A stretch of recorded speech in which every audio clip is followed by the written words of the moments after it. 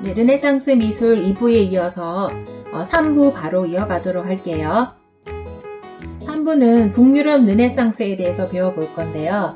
15세기 이탈리아 르네상스의 인문주의는 전 유럽으로 확대되는데 특히 플랑드르 지방, 즉 오늘날의 네덜란드 지방을 중심으로 해서 이탈리아 르네상스와는 다른 성격의 북유럽 르네상스의 문화가 탄생하게 됩니다. 이탈리아 르네상스와 북유럽 르네상스는 같은 르네상스지만 다른 특징들을 보여주고 있습니다. 먼저 그리스 로마 문화의 재인식에서 출발한 이탈리아 르네상스는 그리스 로마 문화처럼 이상적이고 완벽한 미를 추구합니다. 그에 비해 그리스 로마의 유적지 같은 문화적 베이스가 없었던 북유럽 르네상스는 주변 자연의 철저한 관찰에서 출발하여서 현실적이고 정교한 사실주의의 성격을 보여줍니다. 이탈리아 르네상스가 철저히 계산된 원근법과 인체 비례를 사용해서 완벽한 미를 추구했다면 북유럽 르네상스는 원근법, 인체 비례 등이 완벽하진 않지만은 눈에 보이는 주변 세계를 정말 정교하게 자세하게 관찰하여서 섬세하게 묘사한 것이 특징입니다. 이탈리아 르네상스의 소재는 대부분 그리스 신화나 성서 내용이 소재였다면 북유럽 르네상스는 평범한 일상적, 현실적 소재를 사용하였고 재료 같은 경우에는 이탈리아 르네상스는 템페라라는 재료를 사용해서 벽화로 많이 그려졌는데 북유럽 르네상스는 유화의 발견이 되면서 캔버스나 무판에 유체로 그려진 그림들이 많습니다.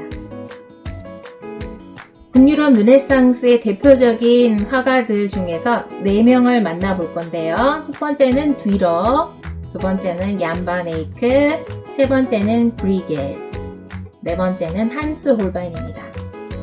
첫 번째 북유럽 르네상스 화가는 뒤러입니다. 뒤러의 대표적인 작품 여우 코트를 입고 있는 자화상인데요. 그는 이탈리아 르네상스의 혁신적인 요소에다가 사실주의적 북유럽 미술의 특성을 결합한 화풍으로 북유럽의 레오나르도라고 불릴 정도로 굉장히 유명한 화가였습니다. 미술은 정확한 관찰을 통해 그려져야 한다고 주장한 그는 지금 보시는 토끼 그림처럼 아주 자세하게 관찰해서 주변 세계를 그리는 그림들을 많이 그립니다. 그리고 예술가의 위치를 장인에서 왕족 같은 지위로까지 격상시켰는데요. 여우 코트를 입고 있는 자화상 그림에서 자신을 그리스도와 같은 자세로 그림으로써 예술가의 상승된 지위를 보여주고 있습니다. 뒤러는 목파나라는 장르를 예술의 경지로 승화시켜서 북유럽에서 파나 예술이 꽃피우게 됩니다. 지금 보여드리는 작품은 묵시록의 네 기사들이라는 목파나 작품이거든요. 이 목파나 작품은 실제로 이렇게 그림으로 그린 것이 아니라 나무판에 칼로 조각을 해서 나타내는 그림이잖아요. 그런데 펜으로 그린 것보다 훨씬 더 정교하게 표현을 한 것으로 봤을 때 뒤러는 정말 목파나에서 만렙을 찍은 사람이라고 할 수 있겠죠. 뒤러가 이렇게 또 말했어요. 예술이란 자연을 기본으로 해서 존재하는 것이다. 따라서 자연을 찾아다니는 자만이 진정한 예술가이다. 뒤러의 말 속에서 북유럽 르네상스의 성격이 그대로 드러난다고 할 수 있습니다. 두 번째 화가는 얀 반 에이크라는 화가인데요. 지금 보여드리는 작품은 얀 반 에이크의 붉은 터번을 두른 남자입니다. 얀 반 에이크는 유화기법을 사용한 최초의 화가인데요. 유화기법의 사용은 원근법의 발견, 스푸마토 기법의 발견 등에 이어서 미술사에 있어서 중요한 발견 중에 하나로 손꼽히는 것입니다. 이탈리아 르네상스 그림은 주로 템페라라는 재료로 그려졌는데요. 템페라는 계란 노른자에 알료, 꿀을 섞어서 만든 물감으로 색깔이 굉장히 예쁘고 선명하지만 건조 속도가 너무 빨라서 화가들이 수정을 하는데 조금 어려움이 있었습니다.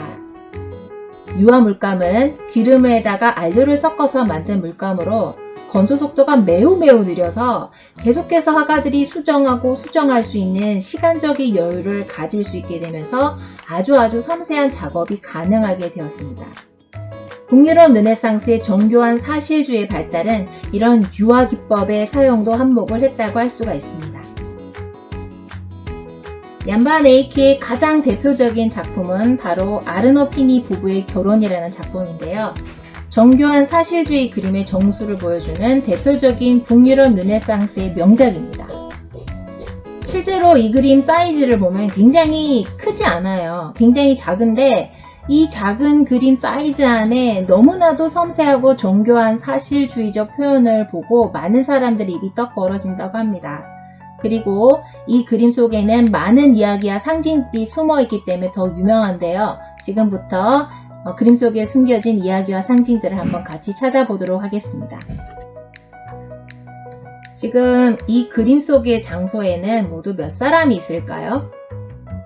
언뜻 보기에는 이탈리아 상인 조반니 아르놀피니와 수줍은 미소를 짓는 신부 조반니 차나미지 두 사람만 존재하는 것 같은데 저 뒤에 있는 이 볼록 거울을 한번 확대를 해보겠습니다. 지금 보니까 어렴풋이 두 사람이 더 있는 듯한 모습이 보이는데요. 맞습니다. 이 그림 속에 존재하는 인물은 실제 4명입니다. 그래도 잘 모르겠다 하시는 분들을 위해서 한 번 더 확대를 해볼게요. 어때요? 보이시죠? 이 방에는 푸른 옷의 화가와 화가의 조수인 붉은 옷을 입은 사람 그리고 부부 총 4명이 존재한다는 것을 알 수가 있습니다. 그리고 벽면에는 얀 반 에이크 여기 있다라는 화가의 서명이 그려져 있습니다. 샹들리에는 촛불 한 자루가 켜져 있는데요. 대낮인데도 불구하고 이렇게 촛불이 켜진 이유는 촛불 한 자루를 켜는 것이 그 당시의 결혼 풍습이었다고 하네요. 그리고 신부의 배가 볼록한 것은 임신한 것 같지만 사실은 그 당시 유행하던 옷차림이라고 합니다. 그리고 부부 사이에 있는 이 귀여운 멍멍이는 결혼의 신뢰를 상징하기 때문에 그려 넣은 것이라고 하네요. 이 밖에도 이 그림 속에는 수많은 상징들이 숨어 있다고 하니까 궁금한 친구들은 인터넷을 통해서 한번 찾아보는 것도 좋을 것 같습니다. 북유럽 르네상스 세 번째 화가는 바로 피터르 브레겔이라는 화가입니다. 이 화가의 대표적인 작품 눈 속의 사냥꾼이라는 그림인데요. 농민들의 겨울 스포츠 놀이를 묘사한 그림이죠. 그는 16세기 가장 위대한 플랑드르 화가였고요. 농민의 생활상을 사실적이고 자세히 묘사한 최초의 농민 화가입니다. 성경, 신화, 속담 등을 소재로 한 우이아를 많이 제작했습니다. 혹시 여러분은 어렸을 때 무엇을 하고 놀았는지 기억이 나시나요? 공기놀이, 쌀보리, 또는 목마타기 등등등등 많이 있겠죠? 지금 이 그림은 아이들의 놀이라는 1590년작으로 250명의 어린이의 84가지의 놀이를 그림으로 표현한 그림입니다. 브레겔 그림은 이렇게 재미난 그림들이 많은데요. 플랑드르 지방 아이들 놀이의 백과사전이라는 별명이 붙은 작품입니다. 어떤 놀이들이 있었는지 한번 찾아보도록 할게요. 지금 그림에서 1번 친구들은 망토를 뒤집어 쓰고 술래놀이를 하고 있고 2번 친구들은 기차놀이를 하고 있네요. 3번 친구들은 세상에 똥을 먹고 있네요. 4번 친구들은 치마 펼치기 놀이란 걸 하고 있는 것 같아요. 5번에 있는 친구들을 보면 틴트를 하고 있고 6번 친구들은 쌀보리 그 게임을 하고 있는 것 같아요. 그리고 7번 친구들은 이렇게 인형놀이, 공주놀이 이런 역할놀이를 하고 있는 것 같아요. 이렇게 브레겔 그림 속에는 이 친구들 외에 84가지 놀이를 하는 어린이들의 모습이 묘사되어 있는데 찾는 재미가 있는 브레겔의 작품인 것 같습니다. 혹시 여러분은 속담 좋아하시나요? 우리나라는 속담이 굉장히 많은 나라인데 네덜란드인도 속담을 좋아하는 민족이었어요. 이 작품은 네덜란드 속담이라는 작품으로 109명이 넘는 등장인물이 각각 네덜란드 속담을 나타내고 있다고 합니다. 그러면 우리 인물 한 명 한 명이 속담의 뜻을 찾아보는 재미를 한번 느껴볼까요? 먼저 여기 밑에 털을 깎으며 그것의 가죽을 벗기지 않는다라는 네덜란드 속담인데 상대방의 이익을 그냥 지나치지 않는다라는 뜻이라고 하네요. 그리고 이 그림은 남편에게 푸른 망토를 입힌다라는 속담인데 남편을 속인다라는 뜻이고 결혼에 실패했다라는 것을 의미한다고 합니다. 그리고 여기 돼지를 배를 갈라서 피를 낸다라는 속담으로 이미 끝난 일을 돌이킬 수 없다라는 뜻을 나타낸다고 합니다. 그리고 두 마리의 개는 하나의 뼈를 나누어 먹을 수 없다라는 속담으로 같은 것을 가지려고 다투다라는 뜻이라고 하네요. 그리고 바람 부는 쪽으로 망토를 흔든다라는 것은 상황에 따라 생각을 바꾸는 기회주의자를 말한다고 합니다. 태양이 물속에서 빛나는 것을 견디지 못한다라는 속담으로 이웃의 풍요를 질투한다. 우리나라 속담으로 사촌이 땅을 사면 배 아프다? 약간 그런 맥락의 속담을 나타낸 것 같아요. 그 밖에도 지금 여기 등장하는 모든 인물들이 네덜란드의 속담을 상징하는 그런 상황을 이렇게 취하고 있다고 합니다. 정말 대단히 재미있는 그림인 것 같아요. 북유럽 르네상스 마지막 네 번째 화가는 바로 한스 홀바인입니다. 그는 독일의 대표적인 르네상스 화가이고 헨리 8세의 궁정화가로 미술사에서 가장 손꼽히는 초상화의 대가라고 하죠. 예리한 관찰로 극사실에 가까운 세부 묘사와 인물의 성격까지 잘 표현해내는 작품을 제작했습니다. 그의 초상화 작품을 한번 감상해 보실까요? 주로 궁정화가로 일했기 때문에 왕이나 귀족들의 초상화를 많이 그렸는데 정말 사진과도 같은 극사실적인 묘사가 돋보입니다. 한스 홀바인의 가장 대표적인 작품이라면은 바로 대사들 1533년 작품인데요. 이 그림은 1533년 주영 프랑스 대사 댕트빌이 친구인 사제 조르주 드 셀부드의 런던 방문을 기념해서 홀바인에게 의뢰해서 만들어진 작품입니다. 이 사실적인 그림 안에 홀바인은 여러가지 상징들을 숨겨두었고 또 이 그림 속에는 역사적인 실화를 바탕으로 해서 그려진 그림입니다. 이 그림 속에 숨겨진 사연들과 상징들은 대체 어떤 이야기일까요? 대사들이라는 작품을 이해하기 위해서는 그 당시 집권 왕이었던 헨리 8세의 사랑과 전쟁 스토리를 알아야만 되는데요. 이 헨리 8세는 살아생전에 6명의 부인이 거쳐간 사랑과 전쟁 저리 가라 할 정도의 막장의 러브 스토리를 가진 왕인데요. 그는 첫 번째 부인 강대국인 스페인 왕의 딸과 결혼 후에 그 왕비의 시녀인 엠블린과 눈이 맞아서 첫 번째 부인과 이혼을 하려고 합니다. 그런데 교황 클레멘스 7세가 스페인의 눈치를 보고 이혼을 허락하지 않았던 거예요. 그래서 이 문제는 이혼 과정에서 헨리 8세가 교황하고 결별하고 영국 성공회라는 새로운 종교를 만들어서 본인이 그 수장 자리에 앉아버렸다는 데 있었어요.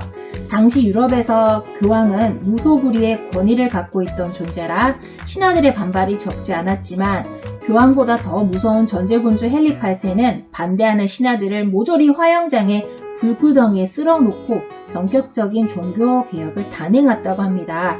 이런 분위기 속에서 영국과 교황청 간의 갈등을 해결하고자 프랑스 왕은 외교사절을 영국에 파견하였는데요.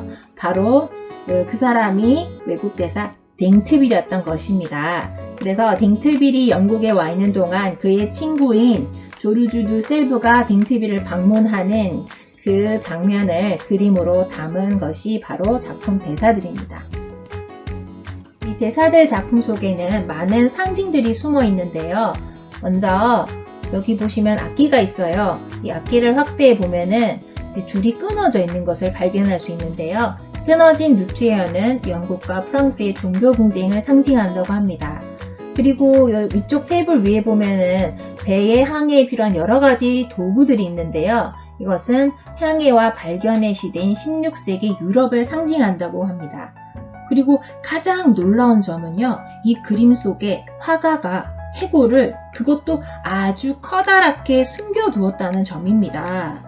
장면에서는 거의 보이지 않지만 그림의 오른편으로 바짝 붙어서서 왼편을 옆으로 쳐다보면 일그러진 해골의 모습이 눈에 들어오게 되는데요. 이런 홀바인은 원근법의 극단적인 형태인 아나포르모시브 기법을 사용해서 그림 속의 해골을 숨긴 것입니다. 왜 그는 청탁받은 초상화에 굳이 불길한 해골을 그려 넣는 것일까요? 그것은 이 세상의 모든 부귀영화는 허망한 것이며 우리의 종착역은 결국 죽음임을 기억하라 라는 화가의 선명한 메시지라고 합니다. 그리고 저쪽 왼쪽 위에 보면은 커튼 뒤에 숨겨진 십자가 조각상이 있어요. 이렇게 구석에다가 이렇게 십자가를 숨겨지게 그려놓은 이유는 결국에는 궁극적인 구원은 예수 그리스도에게 있다라는 메시지를 전달하기 위함이라고 합니다. 한스 홀바인의 작품을 끝으로 우리 르네상스 미술 1부, 2부, 3부의 대장정을 마치겠는데요. 르네상스 미술의 학습 정리 한번 짚고 가려고 합니다. 먼저 르네상스 미술의 특징, 신중심에서 인간중심 미술의 변화, 그리고 이상적 사실주의의 발달, 유화, 원근법, 회법 등이 발달하였다라고 배웠고요. 그리고 전성기 이탈리아 르네상스 3대 거장 화가들에 대해서도 배워보았죠. 라파엘로에는 대표적인 작품은 아테네 악당, 레오나르도 다빈치 대표적인 작품은 모나리자 최후의 만찬, 미켈란젤로는 시스티나 성당벽과 피에타라는 작품을 남겼죠. 세 번째로는 북유럽 르네상스의 특징과 대표 화가에 대해서도 배워봤는데요. 북유럽 르네상스의 특징은 이탈리아 르네상스와 다른 현실적 정교한 사실주의와 유화의 발달, 일상적 생활을 소재로 한 것이 특징이고요. 북유럽 르네상스의 대표적인 화가는 뒤러, 얀 반 에이크, 브레겔, 한스 홀바인이 있었습니다. 1부, 2부, 3부 르네상스 미술 좀 길었는데 너무 듣는다고 고생 많았고 우리 또 다음 시간에 또 만나요. 안녕.